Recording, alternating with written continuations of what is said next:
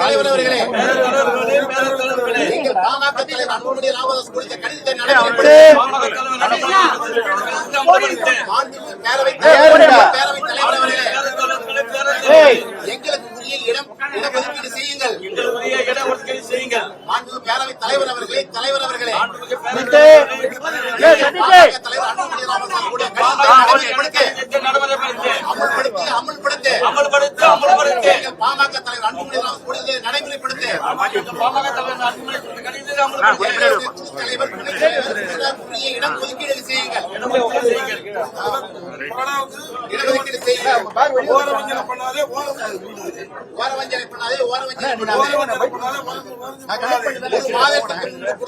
நடைமுறைப்படுத்த பேரவைத் தலைவர் அவர்களே, தலைவர் அவர்களே, நடவடிக்கை எடு. எங்கள் பாமக தலைவர் நடவடிக்கை எடு.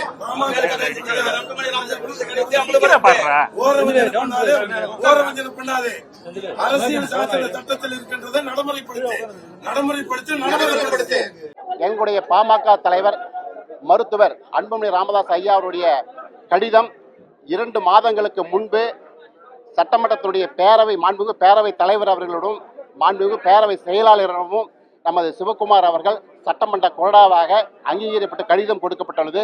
கடந்த 15 நாட்களுக்கு முன்பு நாங்கள் 3 சட்டமன்றமும் சேர்ந்து சட்டமன்ற குழு தலைவராகிய நானும் துணைத் தலைவராகிய சதாசிவம் அவர்களும் கொறடாவாக சிவகுமார் அவர்களையும் எங்கள் மருத்துவர் அன்புமணி ராமதாஸ் பாமக தலைவருடைய கடிதத்தில் எழுத்துப்பூர்வமாக எழுதி நமது சட்டமன்ற செயலாளர் அவர்களிடமும் அதேபோல் அன்று பேரவைத் தலைவருடைய நேர்முக உதவியாளர் கொடுக்கப்பட்டுள்ளது.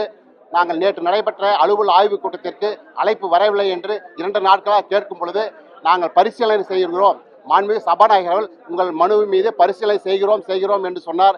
இன்று காலையும் சென்று சபாநாயகர் அவர்களிடம் கேட்டோம். நாங்கள் சாயந்தரம் விரிவாக பேசுகிறோம். இடஒதுக்கீடு செய்யுங்கள், இடம் மாற்றுங்கள், அது என்னுடைய விருப்பம், நான் இடம் கொடுப்பது என்று சொல்கிறார். அவர் செய்வதை பார்த்தால் காலம் தாழ்த்தி சரியான நடவடிக்கை எடுப்பதாக தெரியவில்லை. தொடர்ந்து மாண்பு பேரவைத் தலைவர் அவர்கள் ஜனநாயக பொறுப்படி சட்ட முறைப்படி அங்கீகரிக்கப்பட்ட எங்களுடைய மருத்துவர் அன்புமணி ராமதாசுடைய கடிதத்தை முழுமையாக செயல்படுத்த வேண்டும். ஏனென்றால் குழுவினுடைய தலைவருக்கு உரிய இடமும் ஒதுக்க வேண்டும், துணைத் தலைவருடைய இடம் ஒதுக்க வேண்டும், கொரோனாக்குடைய இடம் ஒதுக்க வேண்டும் என்று இந்த நேரத்தில் நாங்கள் வலியுறுத்துகிறோம். அதே சமயத்தில் நாளை சட்டமன்றத்திலும் தொடர்ந்து நாங்கள் வலியுறுத்துவோம். நன்றி, வணக்கம்.